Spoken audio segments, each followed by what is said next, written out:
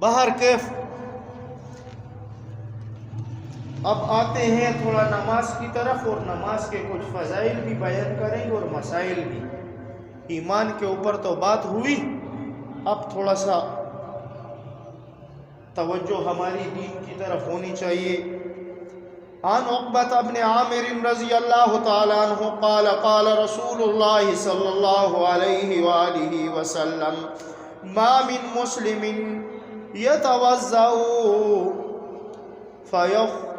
فيحسن وضوءا ثم يقوم فيصلي ركعتين مقبلا عليهما بقبله ووجهه إلا وجبت له الجنة رواہ مسلم كما قال علیہ الصلاة والسلام۔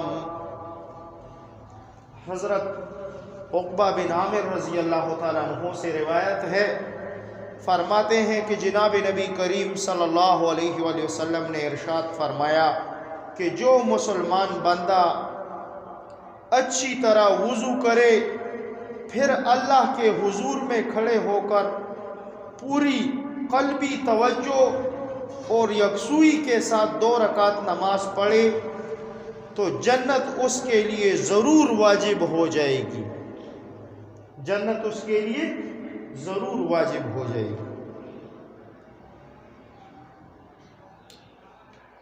اچھی طرح وضو کیا، مسجد آئے اور مسجد میں 2 رکعت نماز تحیت المسجد پڑھی۔ کتنی فضیلت ہے اس کی کہ جنت اس کے لیے ضرور بضرور واجب ہو جائے گی۔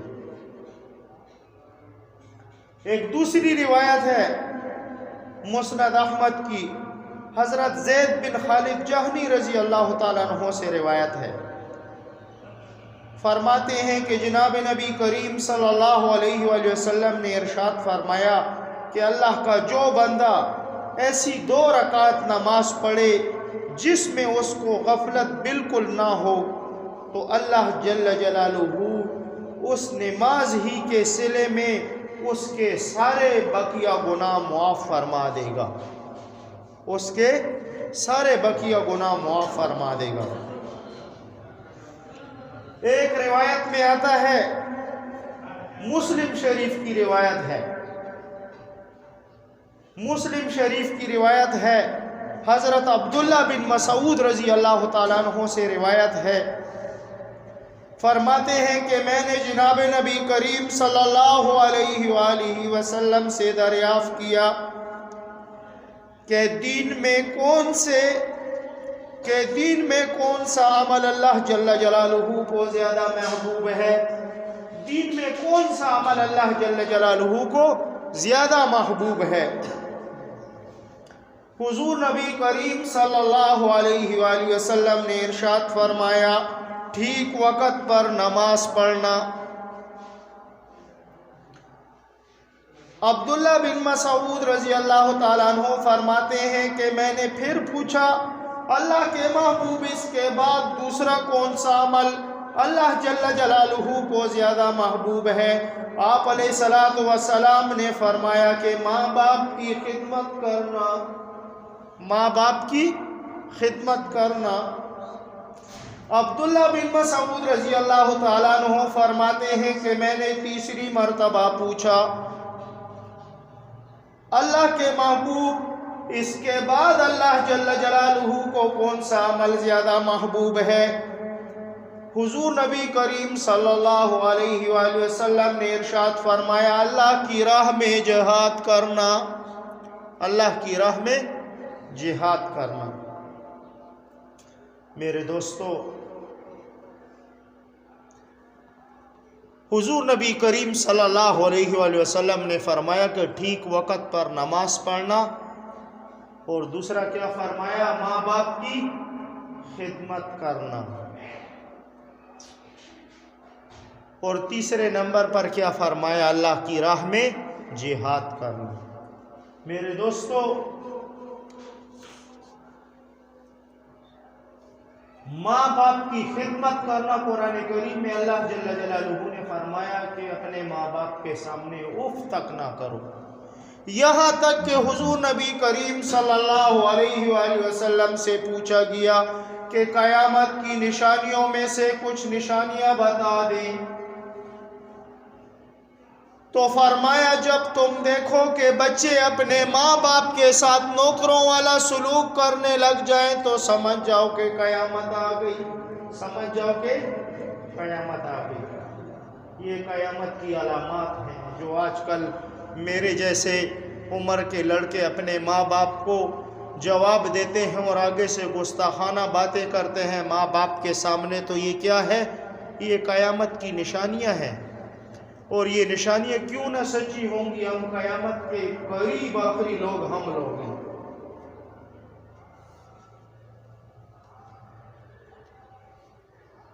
کچھ لوگ اس زمین پر ایسے بھی ہیں کہ جنہوں نے اپنے ماں باپ کے پاؤں دھو کر ان کا پانی پیا،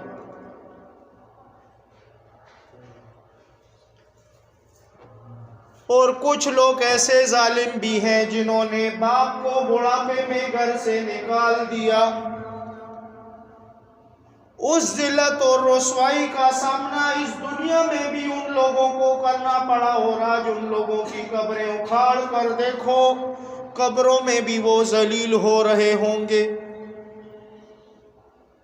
اور جنہوں نے ماں باپ کی قبریں، جنہوں نے اپنے ماں باپ کی خدمت کی اور ان کے پاؤں دھو کر ان کا پانی پیا، آج بھی وہ قبروں میں زندہ اور سلامت پڑے ہوئے ہیں، آج بھی وہ قبروں میں سلامت ہیں۔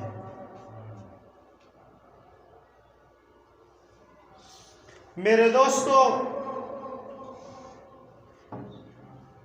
اللہ جل جلالہ نے جب اپنے عظیم کلام میں فرما دیا،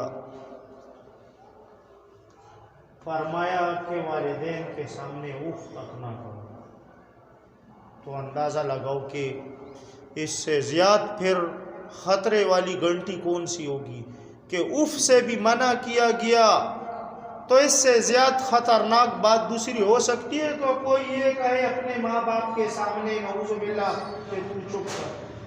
آج ماں باپ کو لوگ نعوذ باللہ کیا کہتے ہیں؟ کہتے ہیں ابا جان تمہیں سمجھ نہیں آتی مجھے چھوڑ دو، تمہیں سمجھ نہیں آتی مجھے چھوڑ دو۔ لیکن علماء اس بات کا جواب ان لوگوں کو کیا دیتے ہیں کہ تھوڑا سا اپنے اس چہرے اور جسم پر غور کر، اور پھر سورہ یاسین اٹھا اور کھول اس کو کہ سورہ یاسین میں اللہ جل جلالہ نے فرمایا کہ میں نے تجھے نطفے سے پیدا کیا۔ کیا؟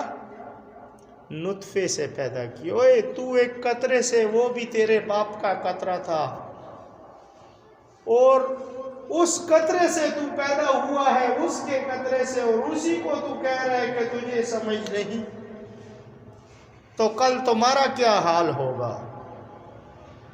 اور یاد رکھو کہ ماں باپ کے گستاخ جو ہے یہ قبر میں بہت ذلیل اور رسوا ہوں گے۔ اور یاد رکھو اس دنیا میں بھی اللہ جل جلالہ ان کو ذلیل اور رسوا کرے گا جو ماں باپ کے گستاخ ہیں، جو ماں باپ کو سامنے سے جواب دیتے ہیں۔ یاد رکھو ان پر سب سے بڑی علامت یہ ہوگی کہ ان کے رزق میں تنگی ہوگی، اور اگر اس کے برعکس ہوا کہ اس کے پاس مال بہت ہوا اور رزق بہت ہوا، تو یاد رکھو اسے دل کا سکون نہیں ہوگا، اسے دل کا سکون نہیں ہوگا۔ وہ کہے گا کہ یہ سارا مال تم لے لو لیکن یہ سکون میرے حوالے کرو۔ کیا کہے گا؟ یہ پورا پاکستان تم لے لو لیکن سکون میرے حوالے کر دو۔ اس کی حالت نمرود جیسے ہوگی کہ ایک مچھر، وہ بھی ایک پاؤں سے لنگڑا، ایک چھوٹا سا مچھر وہ بھی پاؤں سے لنگڑا، سیدھا ناک سے گھسا اور دماغ میں پہنچ گیا۔ اور نمرود کیا کہتا تھا؟ درباریوں سے کہتا تھا جو بھی دربار میں آئے گا تو یاد رکھو کہ میرا سلام کیسے کرے گا؟ پہلے تو لوگوں سے سجدے کرواتا تھا، لیکن جب ایک لنگڑے مچھر کی گیر میں آیا تو کہتا تھا مجھے سر پر جس نے جوتا مارا اس کا احسان ہو۔ جو بھی آتا تھا اسے سر پر جوتا لگاتا تھا۔ یہ کیوں؟ کیونکہ گستاخ کیا تھا؟ گستاخ۔ اور گستاخ کا انجام یہ اس دنیا میں بھی عبرت والا ہوتا ہے۔ کبھی کبھی نمرود کی زندگی کی طرف نظر دوڑایا کرو تو تمہارے دل میں پھر ماں باپ کی محبت بھی پیدا ہوگی اور اللہ کا ڈر بھی پیدا ہوگا۔ اب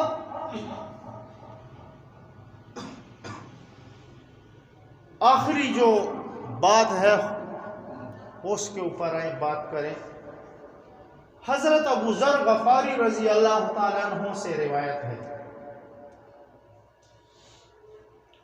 فرماتے ہیں کہ سردی کا موسم تھا، خزان کا موسم تھا، حضور نبی کریم صلی اللہ علیہ وآلہ وسلم باہر تشریف لے گئے اور ایک درخت کی شاخ کو پکڑا اور ذرا سا ہلایا تو اس سے پتے گرنے لگے۔ فرمایا اے ابو ذر، تم نے اس درخت کی طرف دیکھا کہ میں نے ہلکی سی اس کی شاخ پکڑی تو اس کے پتے گرنے لگے۔ فرمایا جب نمازی 5 وقت کی نماز ادا کرتا ہے تو اس کے گناہ ایسے جڑتے ہیں جیسے خزان کے موسم میں اس درخت سے پتے جڑ رہے ہیں۔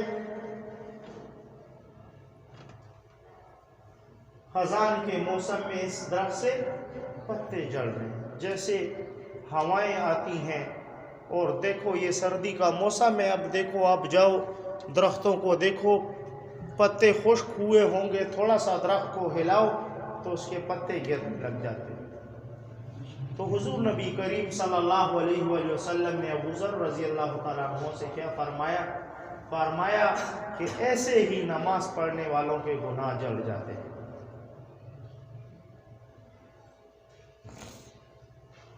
ایک دوسری روایت میں آتا ہے، حضرت ابو ہریرہ رضی اللہ تعالیٰ عنہ سے روایت ہے، حضور نبی کریم صلی اللہ علیہ وآلہ وسلم نے ارشاد فرمایا کہ ایک شخص کے گھر کے باہر سے ایک نہر گزر رہی ہو اور فرمایا وہ اس نہر میں دن میں 5 مرتبہ نہائے، دن میں 5 مرتبہ نہائے تو کیا اس کے بدن پر کوئی میل باقی رہے گی؟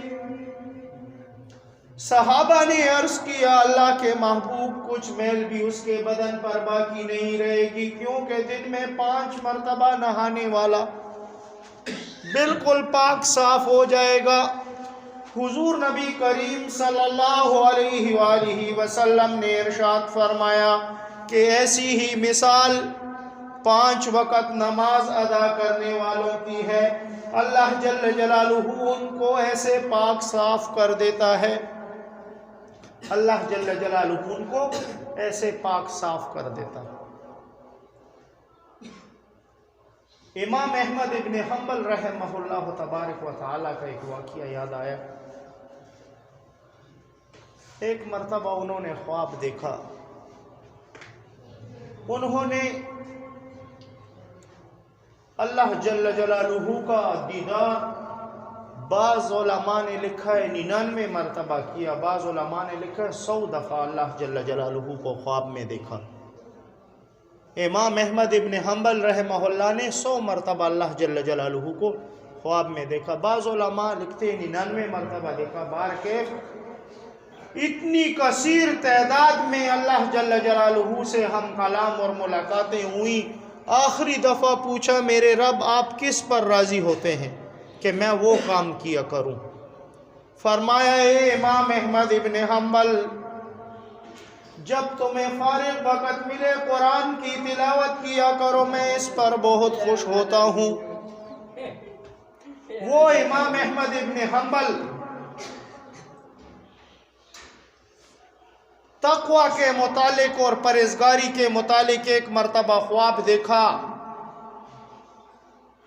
کہ اگر تم اخلاص، تقوی اور دیکھنا چاہتے ہو تو فرمایا کہ ایک فلاں علاقے میں ایک لوہار رہتا ہے، اس لوہار کا جا کر پوچھو۔ جب امام احمد ابن حنبل رحمہ اللہ نے کچھ سفر کیا اور اس کے دروازے پر پہنچا، وہ لوہار اس دنیا سے پردہ کر چکا تھا، اس کا دروازہ کھٹکھٹایا، اس کے گھر والی نے آواز دی کہ اس کا انتقال ہو چکا ہے اس لوہار کا۔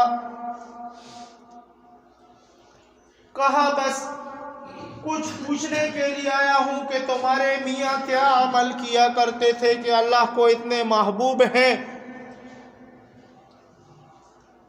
وقت کا امام احمد ابن حنبل رحمہ اللہ، اس کو تنبیہ دی جا رہی ہے کہ جاؤ فلاں علاقے کے اندر لوہار ہے، اس کو دیکھو۔ تو اس کی بیوی نے کہا کہ اور تو کچھ اس کا عمل نہیں تھا، لیکن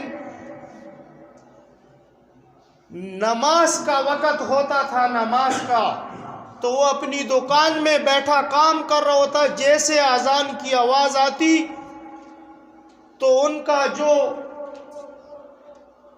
وہ آلہ ہوتا ہے مارنے والا، وہ آلہ اوپر اٹھاتے تھے اور جب اذان کی آواز آتی تو پیچھے پھینک دیتے، آگے پھر نہیں لے کر آتے اسے، وہیں پر اس کو چھوڑ دیتے تھے۔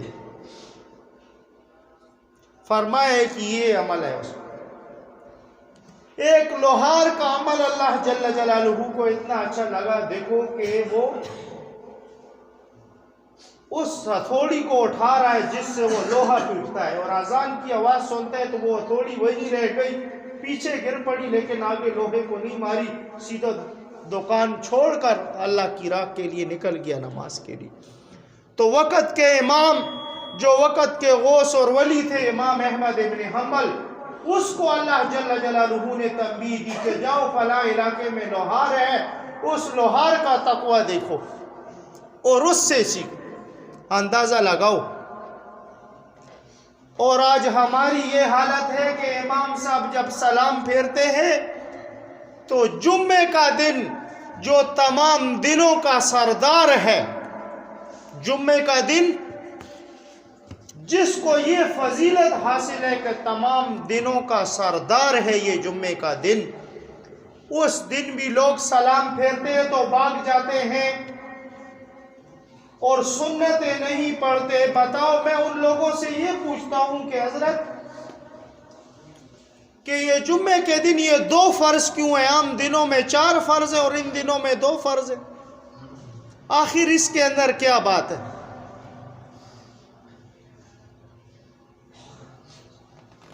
اس جمعے کو کچھ فضیلت حاصل ہے تو میرے رب نے عام دنوں سے اس نماز کی ترتیب ہی بدل دی کہ تمہیں ہوش آئے، تم دیکھو اس دن کو کہ عام دنوں کے اندر تم کتنی رکعت پڑھتے ہو اور جمعے والے دن تم کتنی رکعت پڑھتے ہو۔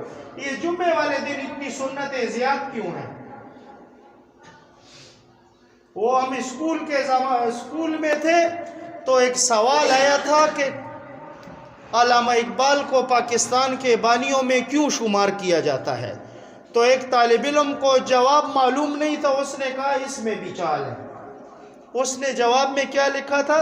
اس میں بھی چال ہے۔ تو نعوذ باللہ ثم نعوذ باللہ، اب تم لوگوں کو یہ پتا نہ، تم کہو نعوذ باللہ ثم نعوذ باللہ کہ اس میں بھی چال ہے۔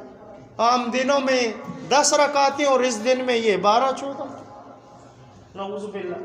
لیکن بنیادی خلاصتاً بات کروں آپ کو، میرے دوستو، ایک شخص اگر یہ کہے کہ میں امام کے ساتھ 2 فرض ادا کر کے میں نے جمعے کی نماز کامل پا لی، تو یہ اس کی غلط فہمی، اپنی غلط فہمی کو دور کر دے۔ جب تک یہ سنتیں ادا نہیں کرے گا اس کی نماز کامل نہیں ہے۔ کیا؟ اس کی نماز کامل نہیں ہے۔ نماز تب اس کی کامل ہوگی جب یہ پوری رکعتیں ادا کرے گا جمعہ کی، ورنہ آپ فقہ کی کتابوں میں دیکھو، پہلی کتاب فقہ المیسر نور الیضاء، دوسری کتاب قدوری، تیسری کتاب کنز، چوتھی کتاب شرح الوقایہ اور پانچویں کتاب آخری الہدایہ، یہ 5 فقہ کی کتابیں ہیں۔ ان 5 کتابوں کو کھولو، کتاب الجمعہ کا جو باب ہوگا اس کو کھولو، اور اس میں یہ بات دیکھو کہ اگر ایک شخص سے دونوں رکعتیں چلی گئی جمعہ کی، دونوں رکعتیں جمعہ کی اس سے چلی گئیں، تو وہ کیا کرے گا؟ وہ آیا یہ جمعہ والے 2 فرض ہی پڑھے گا، یعنی عام ظہر کی نماز پڑھے گا 4 فرض، عام 4 فرض پڑھے گا وہ ظہر کی۔ تو یہ کیوں فرمایا؟ اس وجہ سے کہ جمعہ کی نماز اس سے چلی گئی۔ ایک شخص جان بوجھ کر 2 رکعت ادا کرتا ہے اور پھر اور نماز کو چھوڑ دیتا ہے اور اس کو ادا نہیں کرتا، تو کیا اس کی نماز کامل ہوگی یا یہ دین کا مذاق اڑاتا ہے؟ یہ میں ان لوگوں کے ضمن یہ بات کر رہا ہوں جو لوگ یہاں میں سلام پھیرتا ہوں اکثر ٹولے کے ٹولے بھاگ جاتے ہیں، اور پھر مجھے یہ معلوم ہے، میں ان لوگوں کو جانتا ہوں، میری پیدائش بھی اس علاقے کی ہے، میں کوئی انڈیا میں پیدا نہیں ہوا، میں بھی اس نجوئی کے اندر پیدا ہوا۔ میں ان کو اتنا تو جانتا ہوں، کم سے کم اگر اس کے باپ کو نہ جانتا ہوں تو اس کو تو ضرور جانتا ہوں گا، اس کی فیملی مرد سے لے کر عورتوں کو سب کو جانتا ہوں گا اس کی۔ مجھے یہ معلوم ہے اس شخص کے بارے میں کہ یہ گھر جا کر بھی یہ نماز نہیں پڑھے گا، یہ سنت ہے۔ اگر یہ کہے کہ میں سنت پر عمل کر رہا ہوں یا امام کے ساتھ فرض ادا کی اور گھر جا کر یہ سنتیں ادا کروں گا، تو یہ دھوکہ کر رہا ہے، یہ جھوٹ بول رہا ہے، کیونکہ عام نمازوں کے لیے مسجد میں بالکل نہیں آتا، تو یہ جمعے کی نماز کیا پڑھے گا؟ یاد رکھو میری بات، دین کا مذاق مت اڑاؤ۔ گستاخ آدمی اللہ جل جلالہ کو اتنا برا لگتا ہے، اتنا برا لگتا ہے کہ تا قیامت تک اس پر لعنت ہوگی۔ کیوں ہو گئی؟ ایک سجدے کا انکار کیا تھا اس نے، کسی پر فائرنگ نہیں کی تھی، کسی کی غیبت اس نے نہیں کی تھی، یا کسی کا قتل اس نے نہیں کیا تھا، لیکن ایک سجدے کا انکار اس نے کیا تھا، اور پوری عمر کے لیے اس پر کیا آ گیا؟ لعنت آ گئی، تا قیامت تک اس پر لعنت آتی رہی۔ تو یاد رکھو، نہ پڑھنے والا تو گناہگار ہے، لیکن جو جان بوجھ کر نماز کا مذاق اڑائے تو یہ اس سے بھی بڑا گناہگار ہے۔ آپ نے دیکھا پنجاب کے اندر کچھ لوگوں میں یہ بات پھیلی ہوئی ہے، نعوذ باللہ، کہ نماز میں وہ ڈانس کر رہے ہیں۔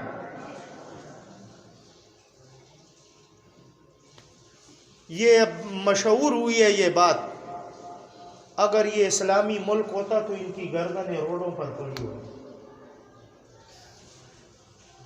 لیکن میں آتا ہوں اس اپنی بات کی طرف کہ خدا را نماز پڑھو تو کامل پوری پڑھو، یہ سنتیں پڑھا کرو، ورنہ تمہاری اس نماز کی اللہ جل جلالہ کو ضرورت نہیں ہے۔ اس کی عبادت کے لیے گنتی سے بھی باہر فرشتے ہیں جو سجدے میں اور رکوع میں اور قیام میں ہیں۔ ہماری عبادت کی اسے کوئی لوڑ اور ضرورت نہیں، لیکن تم اگر نماز کامل نہیں پڑھو گے، صحیح نہیں پڑھو گے، تو یاد رکھو جب ایک شخص نماز صحیح ادا نہیں کرتا، کامل اور پوری ادا نہیں کرتا، تو نماز ایک پرانے اور بدبودار کپڑے میں لپیٹ دی جاتی ہے اور اس کے منہ پر ماری جاتی ہے، اور یہ نماز کہتی ہے کہ اللہ تجھے ایسا ذلیل کرے جیسے تم نے میرا مذاق اڑایا، اللہ تمہیں ایسا ذلیل اور رسوا کرے، تم نے ایسا میرا مذاق اڑایا۔ تو میں آپ لوگوں سے پوچھتا ہوں، ایمان سے کہو کہ یہ جو بھاگ جاتے ہیں اور سنتیں نہیں پڑھتے تو یہ نماز کا مذاق ہے یا نہیں ہے؟ پوچھتا ہوں آپ لوگوں سے۔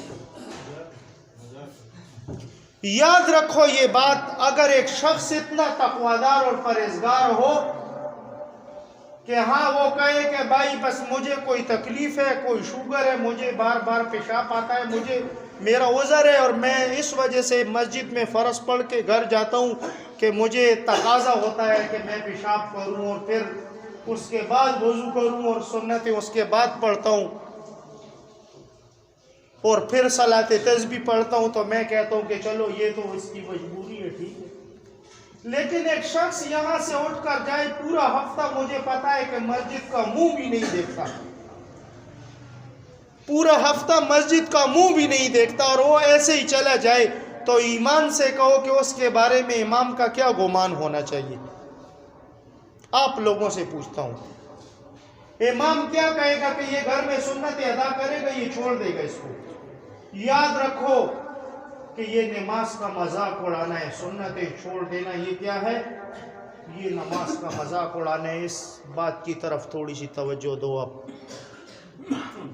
نماز کے ارکان اور شرائط کے بارے میں آپ لوگوں کو پتہ ہے نا، بری ہوئی رکعتیں اور خالی رکعتیں، جس میں سورت ہو اور جس میں نہ ہو۔ یہ سنتیں جو ہوتی ہیں کسی کتاب کے اندر یہ تو نہیں ہے نا کہ 2 رکعتوں میں سنتوں کی صورت ہوگی اور 2 میں نہیں ہوگی، کسی کتاب میں ایسا ہے نہیں ہے، بالکل۔ یہ 4 رکعتیں اس کی بری ہوئی کیوں ہیں کہ اس میں صورت بھی پڑھنی ہے 4 رکعتوں میں، حالانکہ فرض میں 2 رکعتیں جو ہے ان میں صورت ہے اور 2 میں نہیں ہے، اور یہ سنتوں کی 4 رکعتوں میں 4 میں صورت تم پڑھو گے، تو اندازہ لگاؤ کہ اگر اس سنتوں کو تم نے چھوڑ دیا، یہ سنتیں تمہاری نماز کی سردار ہیں، اگر اس سردار کو تم نے چھوڑ دیا تو تمہارا نماز پر عمل ہوا؟ ایک شخص کہے کہ میں مسلمان ہوں، پاکستانی ہوں، لیکن حکومت کو نہیں مانتا، حکومت پاکستان کو، اسلامی جمہوریہ کو نہیں مانتا، اس میں تو لوگ اسے کہیں گے کہ یہ پاکستانی ہے۔ نماز کے سردار کو ایک شخص کہے کہ میں پورے اسلام کو مانتا ہوں لیکن حضرت ابوبکر صدیق کو نہیں مانتا، تو وہ مسلمان ہوگا؟ نہیں ہوگا، 4 مذہبوں میں کافر ہے۔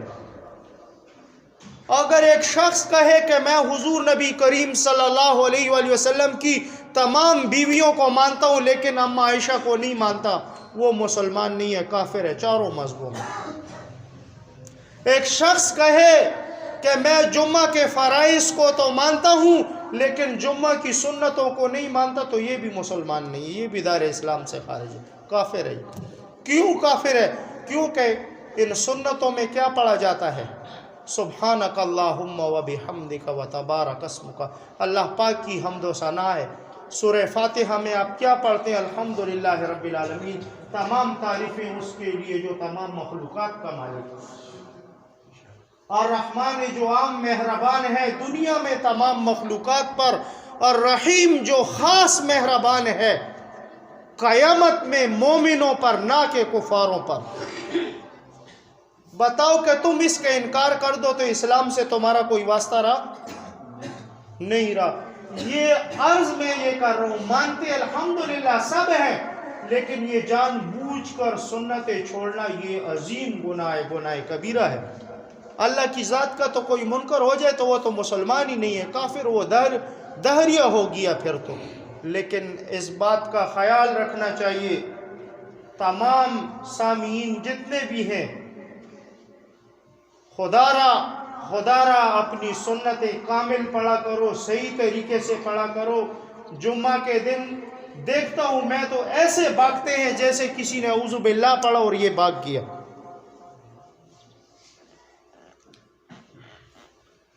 بھائی جمعے کے دن تو تمہیں چاہیے تھا کہ تم صلاۃ تسبیح بھی پڑھتے مسجد میں کھڑے ہو کر، تو تم سنتیں بھی چھوڑ جاتے اور بھاگ جاتے ہو، تو تمہاری نماز کس کام کیا؟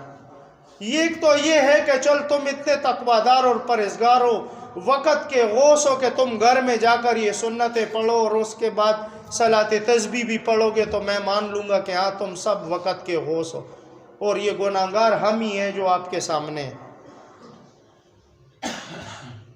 لیکن ایسا نہیں ہے تو پھر دین کا مذاق کیوں اڑاتے ہو اللہ کے بندو؟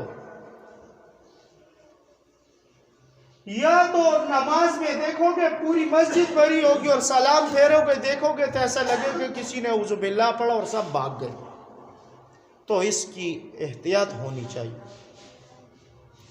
اس کی احتیاط ہونی چاہیے۔ اور دوسری میں آپ کو یہ بتاؤں کہ ہر جمعے کے اندر یہ ہمارے جو بزرگ ہیں گاؤں کے سفید ریش، ان کو میں جو ہے اپنے ساتھ گھر پر ہر نماز نہ پڑھنے والے سب کے پیچھے جاؤں گا۔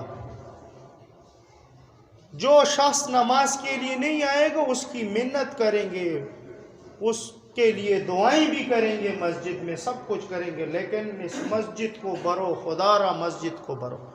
ایک شخص تو ہے کہ وہ چلو کسی دوسری مسجد میں نماز پڑھتا ہے لیکن نماز تو پڑھتا ہے۔ ہمارا مقصد یہ ہے کہ اللہ کے سامنے جھکو، اللہ کے سامنے فریاد کرو۔ اور ایک شخص کے بارے میں ہمیں پتہ ہے کہ یہ نماز سرے سے پڑھتا ہی نہیں ہے تو اس کی نحوست پورے محلے پر، پورے گھر پر چھائی ہوتی ہے۔ تو خدا را خود بھی نماز پڑھو اور اپنے بچوں کو بھی نمازی بناؤ۔ اور یہ جو 3 وقت کے نمازی ہیں ان کے لیے بھی میری یہ درخواست ہے کہ نماز 5 وقت فرض ہے، 3 وقت نہیں ہے۔ انہوں نے اسلام اپنا بنایا ہوا ہے گھر میں نا، تو خدا را وہ ایک تو کسی کی مجبوری ہوتی ہے کام کا جو حالانکہ وہ نہیں ہوتا گاؤں میں تو اس کی تو مجبوری ہے، لیکن ایک شخص مجھے پتہ ہے کہ اپنے گھر کے اندر سویا ہوا ہے اور جان بوجھ کر نماز کے لیے نہیں آتا۔ کاش کہ یہ اسلامی نظام ہوتا تو کم سے کم کچھ تھوڑا بہت قید میں تو ڈالا جاتا، لیکن وہ سسٹم بھی نہیں۔ اب بعض لوگوں کو تو کہو تو کہتے ہیں استاد جی اسلام میں نرمی بھی ہے۔ اسلام میں نرمی تو ہے لیکن تم نرمی کو سمجھنے والے ہو؟ نرمی اگر امام کرے تو تم اس کے کپڑے بھی بیچ ڈالو گے۔ نرمی اگر امام کرے نا تو امام کو جب پتہ چلے گا اس کے جوتے اور اس کے کپڑے بھی بکے ہوئے ہوں گے، پتہ چلا پھر گھر جائے گا تو بالکل ہی۔ تو اللہ جل جلالہ رحم فرمائے ہم لوگوں پر، اور اللہ جل جلالہ کرم فرمائے۔ جیسے ہی نماز کی فضیلتیں زیادہ ہیں اور 2 رکعت میں بھی جنت واجب ہوتی ہے تو ایسے ہی اس کی سزائیں بھی بڑی زیادہ ہیں، جان بوجھ کر ترک کرنا بھی کفر ہے۔ اللہ جل جلالہ پہلے ان باتوں پر مجھے عمل کی توفیق عطا فرمائے، بعد میں آپ کو۔ وآخر دعوانا الحمدللہ رب العالمین۔ نماز کے بعد انشاءاللہ خیرات ہوگی تو سب ساتھیوں سے درخواست ہے دل و جان سے دعا بھی کر لیں، جو خیرات لے کر آئے اس کے لیے دعا بھی کر لیں اور خیرات کھا کر جائیں۔